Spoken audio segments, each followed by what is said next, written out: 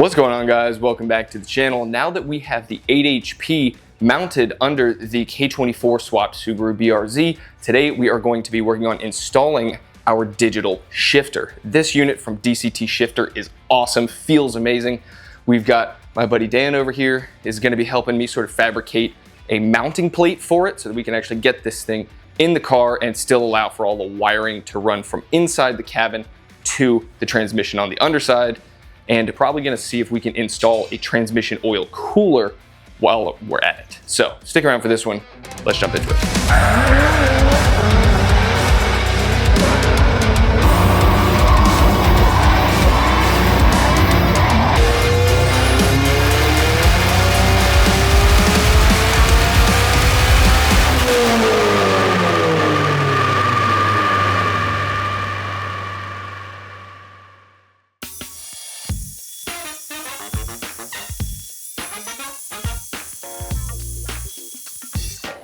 Oh, correct.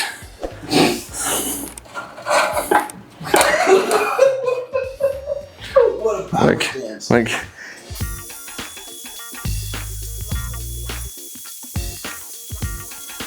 So Dan very graciously donated a big piece of like 1/4-inch thick scrap metal that I'm working on cutting. And while I'm doing that, he is getting some holes drilled into the, what used to be the splitter mount, but because I'm not going to run the front splitter, I don't need the splitter rod supports. So he's getting our 13-row intercooler, or not intercooler, oil cooler for the transmission hooked up, and he's getting some new holes drilled in there. So we're gonna get that thing mounted up.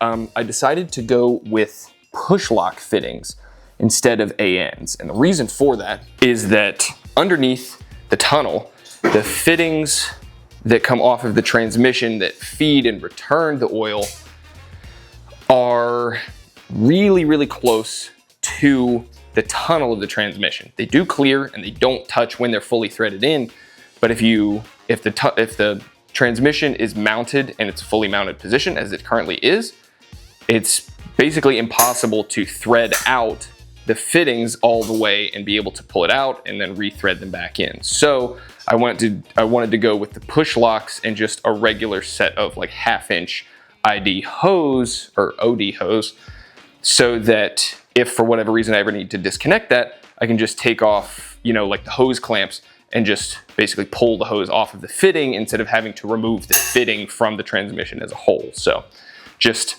serviceability in mind. So Dan's working on getting that thing mounted up. And I was trying to use, as you guys probably saw, I was trying to use the bandsaw for cutting the big plate for the shifter mount. It doesn't have enough travel to be able to go all the way through the metal or even halfway through the metal.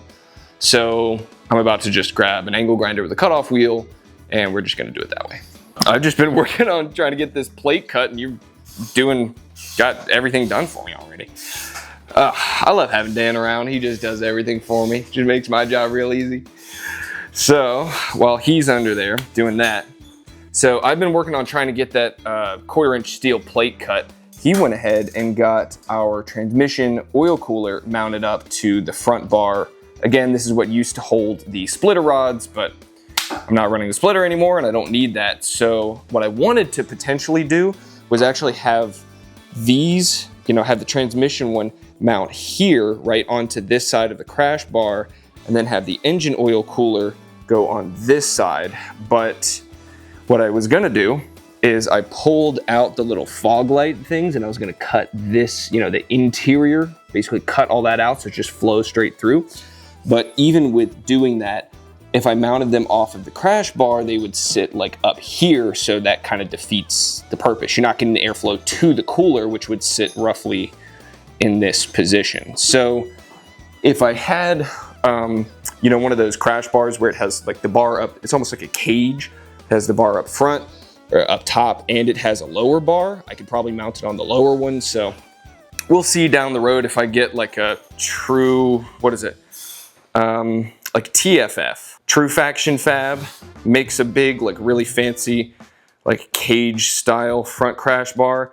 If I can do that and basically mount it off of the bottom to where it'll show through in this slot, and the slot on the driver's side, then, you know, maybe we'll go with that. But for right now, the plan is to mount the transmission oil cooler here, and I'm gonna get the engine oil cooler right here. The lines are gonna go off inside this way to the sandwich plate. So we'll get that figured out. But while I've just been waiting on my bandsaw to have enough oomph to cut the steel plate, which I have finally cut.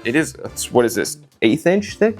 That's like carbon steel too, it's not even stainless. So I have to clean that up, paint it once we're done. As I've been trying to do this, Dan's getting all this freaking work done. So he's got our new push lock fittings are already, oh, I'm gonna hand the camera to him. We'll see if he's getting any kind of a good shot on those, but those push lock fittings are in there now. We did have to drop the tail end of the transmission down a little bit, and he's already putting the trans mount back on, and he's getting everything freaking done. So yeah, I need to hurry up and get with the times here. Now, as you can see, the cut on this thing is very rough. You know, it's not smooth at all. This is not the greatest bandsaw. I don't have like a guide to be able to push it through. And we also started with a really like super rough shape. So even if I did have a guide, it would not be the easiest thing to cut through. But we got this done, so I'm probably gonna come through with my die grinder and clean up all the edges a little bit. And then we've got some holes marked for the mounting positions for this actually to go in the car. So let's do a little bit more work here and we'll see where we end up. The physical work. Little update on all the work Dan has done here. So we've got our 2 push lock fittings with our hoses. I do still need to get some hose clamps to go onto those, but they do clear. Oh, thanks for the light, Dan. But yeah, so we got our 2 fittings. He also helped me sort of clean up the threads. One of the things about this parking brake release is that the threads on the rod that comes out of the transmission, threads were a little bit mangled. So we got those cleaned up. So now that, you know, if I take the other end of the park brake release and I try to give it a yank. No, I can't do that with one hand. Anyway, so yeah, the park brake release works. We have our 2 fittings. We're running up that way. You can see as they're running. I am gonna have to sort of zip tie them away from the steering column, but that looks good. And we're gonna loop around here real quick. So now we're up at the front. So we've got the 2 lines. One goes under the intercooler mount itself. One goes around this way, up under our lower coolant hose, which is this guy. Underneath that, down here around, and again, back by the steering column. Yeah, so you can see our 2 lines here. So there you go. So that is that whole part done. Admittedly, that was kind of the easier task for today. Custom making a plate and a bracket and making sure that all the wiring is gonna be able to go down through the tunnel and all that kind of stuff. That might be sort of the tricky part, but we got the oil cooler knocked out apart from some hose clamps on the hose ends. So we're gonna be good to go there. So we are kind of making a little bit of a commitment here that Dan's about to roll with. Yeah, so before you dive straight into that, so I talked about earlier the way that we're mounting the oil coolers at the front are right in front of the intercooler. And so the classic BRZ mustache is not only in the way of the oil coolers, but it also means that only like the bottom 4 inches of the intercooler actually gets any flow. So Dan's gonna start by cutting this little grill section out, and we'll just see what just the mustache looks like. Most likely, we're gonna go all the way around the edge and just cut the whole mustache off altogether. But we'll see. While he's doing that, I'm still working on the plate. Don't mind the mess, but this is the plate as we have it here. We have 4 little marks for the bolt holes that we're gonna actually use to mount this to the inside of the chassis. And then, he's got this sort of outline. So what I'm gonna do actually is instead of just drilling 1 hole, I'm gonna drill 2 smaller holes on either side of this and then come back with like a Dremel or something to basically slot this. So this whole thing kind of has a little bit of wiggle room so that we can actually make sure that it fits the first time instead of like, oh no, the 4 holes we drilled don't work. So yeah, I'm actually gonna put the camera on Dan and record this whole process. I'm trying to decide how to do the cut. Yeah. In case like when something's gonna go back in this hole, like it'll leave you a flange or something to zip tie some expanded metal against or something. The hat's on backwards, so we're in business. So. If I need to get a second Subaru BRZ front bumper, I can rip one off a junkyard unit or something. Like, there's plenty of these that have been wrecked. So. I don't necessarily have to have this part done up, but. So when I'm drifting, I'm not gonna do any of these bolts. I'm literally just gonna leave those. Maybe zip tie, done. So, Dan cut out the, the little grill pieces, and it actually is pretty mint in terms of the fitment. We might end up kind of shaving off a little bit of this flat section, kind of cut this closer to this lip here all the way around. But the thing is, this is a 13 row for the trans.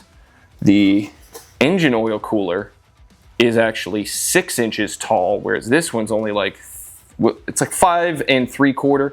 This is only 3 3/4 inches tall. So what I'm getting at is that this one is gonna be taller.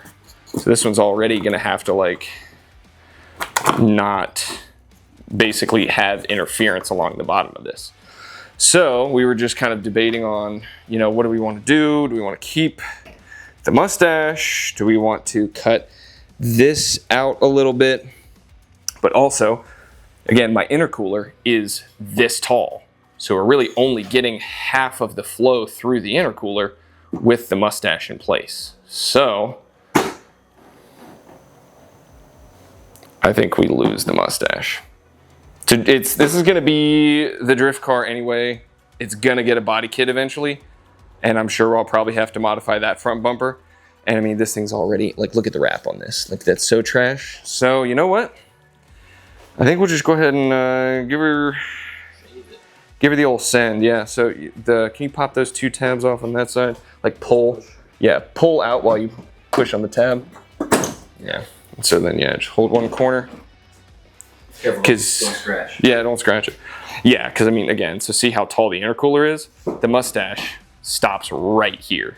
So like we're not even getting flow through the top half of this. So if we cut the mustache, we'll get full flow through this, more flow through the radiator, keep the car cool, and all of that. Yeah, so we're gonna let him do that. I'm still working on drilling holes and cutting slots. So progress continues. All right, so basically the, not necessarily final, but pretty close to the final results. It's a little rough. I'll come in with, some more either sandpapers or files or something and clean up all the slightly rough edges. But like, wow, with the stock opening on the bumper, like, the intercooler and the oil coolers were only getting this much flow, but now it's opened all the way up to the top. So the top half of the intercooler is actually going to be getting some flow now, which is fantastic. Yeah, I don't know if I'm even going to put the little DRL like fog lamp things back in here. I don't know if it's going to be worth it, but yeah, we should now be able to also get, when I do the other, like the engine oil cooler, that should fit here, no problem. So huge shout out, Dan. Thanks for all the help there, brother. Yeah, and he even swept and cleaned up after himself. I don't do it in my own garage. What a guy. But he is about to have to split. Got to get home to the wife and kids. They're doing some s'mores. That's going to be fun. But yeah, I've got a few nuts and bolts to go get, but also the holes that I'm trying to drill in this plate to be able to actually mount it. Basically, all of my drill bits have seen better days, and they're all super dull, and like, none of them are really doing any like significant amount of cutting. Like this one only got like halfway through, and now it's just spinning and getting hot, and that's it. So I'm gonna run to Home Depot. We'll get some little hose clamps for all of these connections. We'll get some nuts and bolts, and I'm also probably just going to go ahead and fork over the cash for a new set of Milwaukee bits. Oh my god. Whoa, okay. Yeah, that works a little better.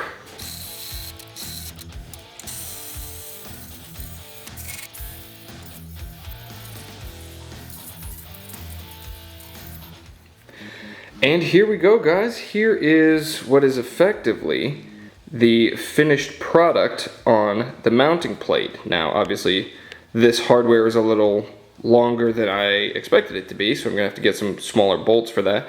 But we got the 4 slots drilled on all 4 corners, and I cut this little U shape in the top, and that is for when we go to mount the plate in the car. I still need the wiring for the transmission control unit, the wiring for my O2 sensor, as well as the park brake release, all need to come from under the tunnel inside of the car. So I basically cut that slot, and I'll show you guys what that looks like in a second.